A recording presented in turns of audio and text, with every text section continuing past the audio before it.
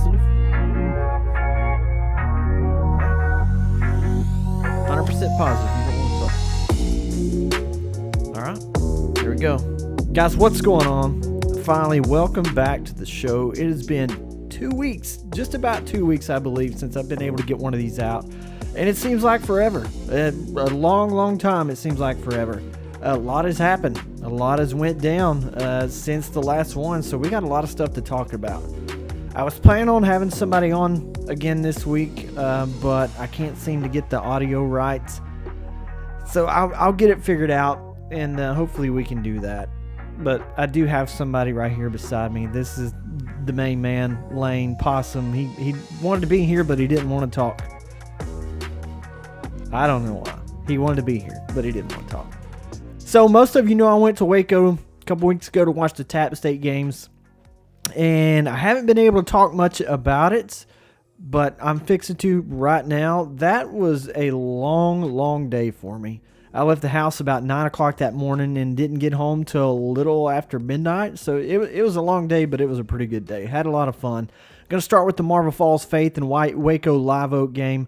Live Oak won it in a really good defensive game, 46-41. I'm just going to flat out say it. Marble Falls should have won that game. Live Oak at halftime. And after half, Marble Falls kind of came out. They were stagnant. Their offense was pretty stagnant. They were real conservative with their play calling, and it almost got predictable, very predictable. And then finally, towards the end of the third, towards the first of the fourth, they got back to changing things up. They made better calls on offense, and that's when they started scoring points again. But what really got them, and I've preached on it all year, is they missed PATs. I think they had 4, maybe 5. I can't really remember exactly how many they missed, but that's what got them beat.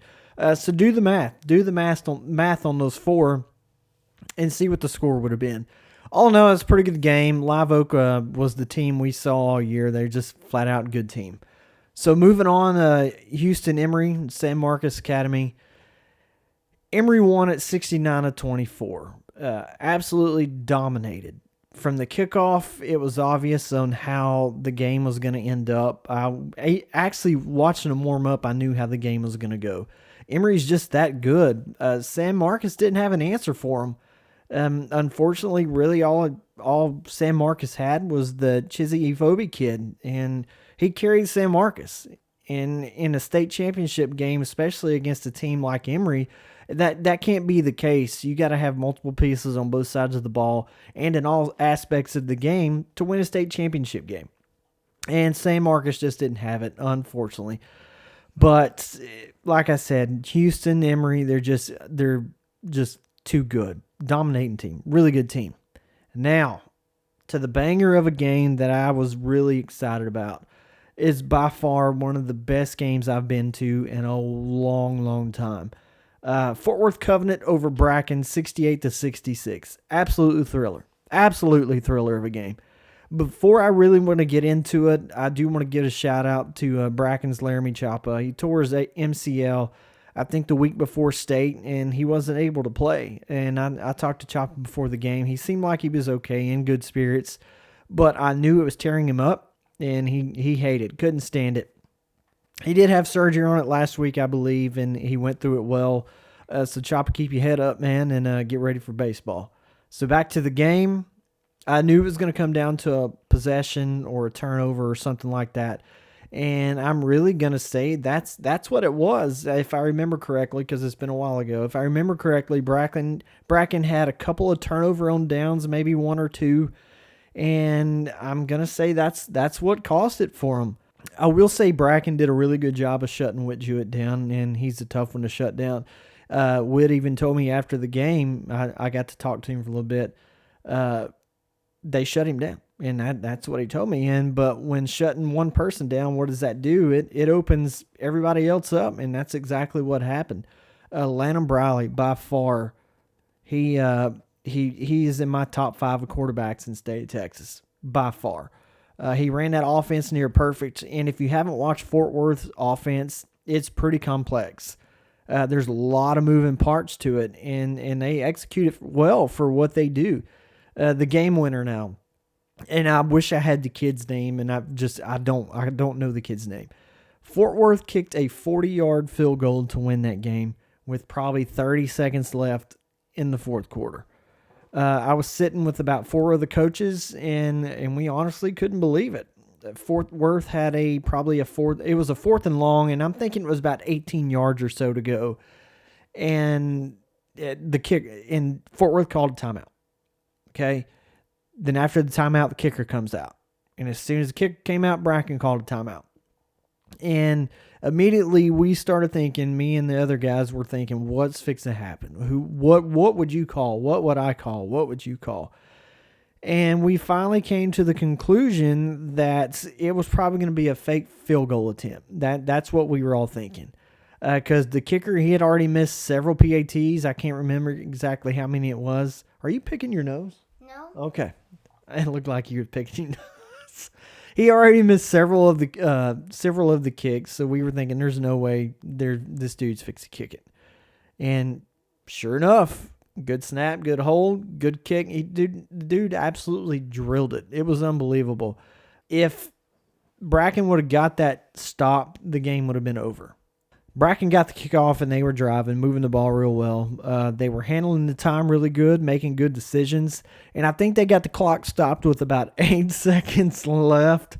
And they were probably on a 30 or 35-yard line. And it came down to one play. And Fort Worth kind of played a prevent defense, I guess you can call it, and everything was covered pretty well.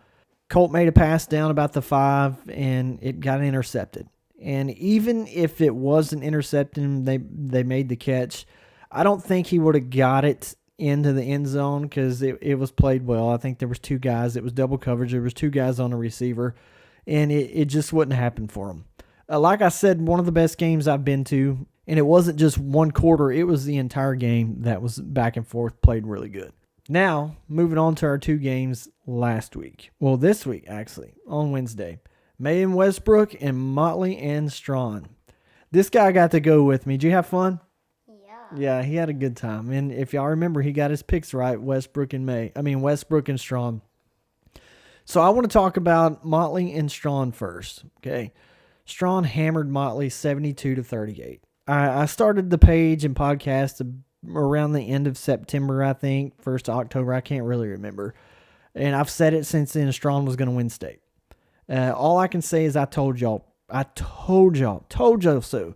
And I'm one of the few that thought everybody was Motley County, and I wasn't. And I knew Motley was good, and they are good. They're a really good team. You don't make it to state and not be good. But Strawn is untouchable. They have entirely too many weapons on the field not to win it all, and that's what they did. And really, that's all I can say about that game, other than Strawn had a couple turnovers and Motley capitalized on them, but it just wasn't near enough to get it done. And I'm going to address the Strawn here in a little bit more because I got a few things to say about that. Moving on, May and Westbrook. Holy crap. I was totally wrong about Westbrook. I didn't honestly think they had a chance. So Westbrook, I'm sorry for you guys. This guy did. Those guys came to play. They finished the game like they started it strong. Cedric Ware, he's an absolute stud. And the good thing about him, he's got a year left. He's a junior this year. Westbrook's defense, they came to do one thing, and it was to blow up May's run. And they did it. They did a really good job of it. And May did the same thing on defense to Westbrook. They made a lot of good stops. I really feel like if May ran the little spread offense that they had more instead of staying in a tight, they probably would have won that game. It opened up the field more for Hawk and Williford. By the way, that's one of the best combined backfields in Texas. Those two together, absolutely ridiculous. By spreading Westbrook's D-line out, they couldn't get the same penetration as they could when May was in their tight set. And May is a sweep offense. They like to run the ball. Everybody knows that. So anyone that May plays, you know what you're going to get. But it works, so why change that up? I mean, if it ain't broke, don't fix it. Now, I'm not going to sit here and try and pick apart Coach Steele's decision on that last drive. He did a really good job, but I would just like to have seen him use his timeouts a little bit better. the last play was an absolute killer, and that's what it came down to, the last play of the game. It was a touchdown, but Westbrook's defender made a really good play on the ball and knocked the ball loose. It was heartbreaking for May, wasn't it? Like, it was a tough one. It was heartbreaking. Some people thought it was a catch, including one of the guys that I was with. We kind of argued about it, and I didn't think it was, and a lot of people think that too. My only issue with that entire game was the way it ended. Westbrook got into V formation, fixing to kneel it out, and a May kid come flying through and absolutely hammered somebody. It was uncalled for, and I understand emotions are high then. Frustration level is through the roof, but you can't make a play like that. It almost caused a fight. So that's unacceptable, and it's a shame that it ended that way. I saw a lot of emotional people on Wednesday, and I hate seeing that, but I love seeing that to a point. And I love it because it tells me where people's hearts are. A lot of teams have that, well, we lost mentality, whatever. And that's exactly why they aren't in a state championship game. I saw 2 coaches choke up after the loss, and it wasn't for them. It wasn't for a selfish reason. It was for their players. Coach Steele, Coach Bigham are a couple of the best in 6-man. And it's not because of the product that they put on the field. It's because of what they instill into their kids. And they just have a really good program. They haven't just coached their kids on how to be good football players, but how to be good people as well. And that's what more schools need. That's the type of coach every program needs to have. And unfortunately, a lot of schools aren't fortunate to have that. Now, moving on to some controversy, I guess you can call it, that I started the other night. After the state games, I posted a picture of Grayson Rigdon from Strawn on Instagram saying he is the best player in 6-man football. And I stand by that, and I'm going to tell you why here shortly. But first, let me get something off my chest.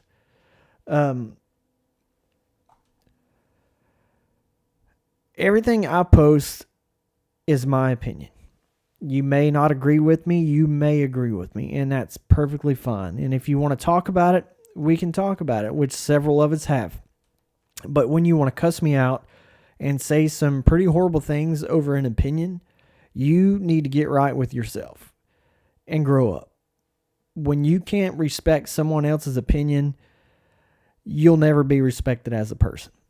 If you're watching this, you know exactly who I'm talking about.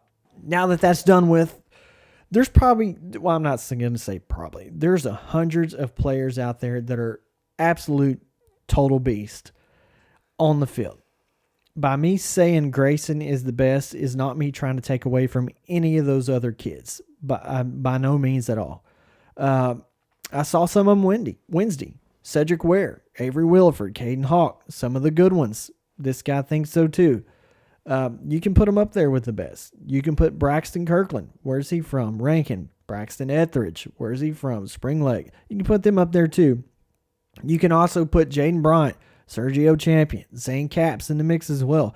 I mean, there's so many names I could put out there. It's ridiculous. But we can't forget our private school guys either. What about Whit Jewett? Broke some state records this year. What about Lanham Briley? He's the one that was throwing all the touchdowns to him. That dude's incredible. And then don't forget about Mitchell Crow. This kid didn't play this year, and he's got a scholarship to go play football. He's a senior and did not play and got a scholarship to go play. That's impressive. What about Choppa? Laramie Choppa. Can't forget him again. Colt Willock, Charlie Peterson. Man, I can sit here and names all day long. I can name studs. They're all over the place. But then there's Grayson Rigdon. The kid is a freshman. Remember, he's a freshman. He was in 8th grade last year. Think about that. He was in 8th grade last year. He just helped lead his football team to win a state championship. 8th grader, freshman this year, state championship. And he was a big, huge part. Had 9 touchdowns. A freshman that was an 8th grader last year, state championship, had 9 touchdowns. I know some of you have seen him play, but I guarantee you there are more that haven't watched him than there is that have. And if you have not, you need to find some film and watch the kid. Find some highlights. You need to watch him. He's a complete package as a freshman. And I got accused of being family or friends with him. I'm not at all. I've never met the kid. I'm an outsider, completely looking in. I have no affiliation with Straughn either. But I respect Coach Lee, and I respect what he puts on the field.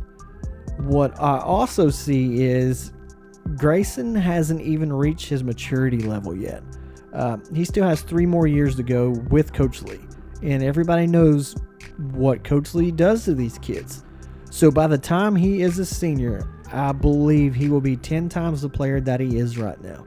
I honestly think he's another Tyler Etheridge, and I can honestly see Straughn winning state the next 3 years in a row as well. Yeah, and I know everybody wants to see my player on my team is the GOAT. That's normal. Everybody thinks their best running back quarterback is the best. And I understand that. But as an outsider looking in, I see things from a neutral point of view and with a different perspective than everybody else is. So I'm sure my inbox is going to blow up with some dirty words again. So, boys, girls, it's officially basketball season. Everybody is done with football. And I hate it. Don't you? Yeah, he hates it too. I wish football was a year-round thing. I did decide that I'm going to keep doing this podcast, but probably only once a month.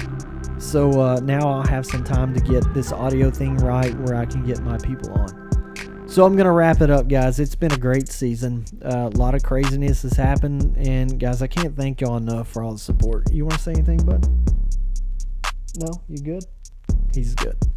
I can't thank you guys enough. I love each and every one of y'all. Keep all the good comments coming on. Keep all the negative coming on too. I feed off that kind of stuff. I may cover some basketball, so don't be surprised if we show up at a gym somewhere where you're playing. Guys, again, thank you. Keep your feet moving. We'll see you in January.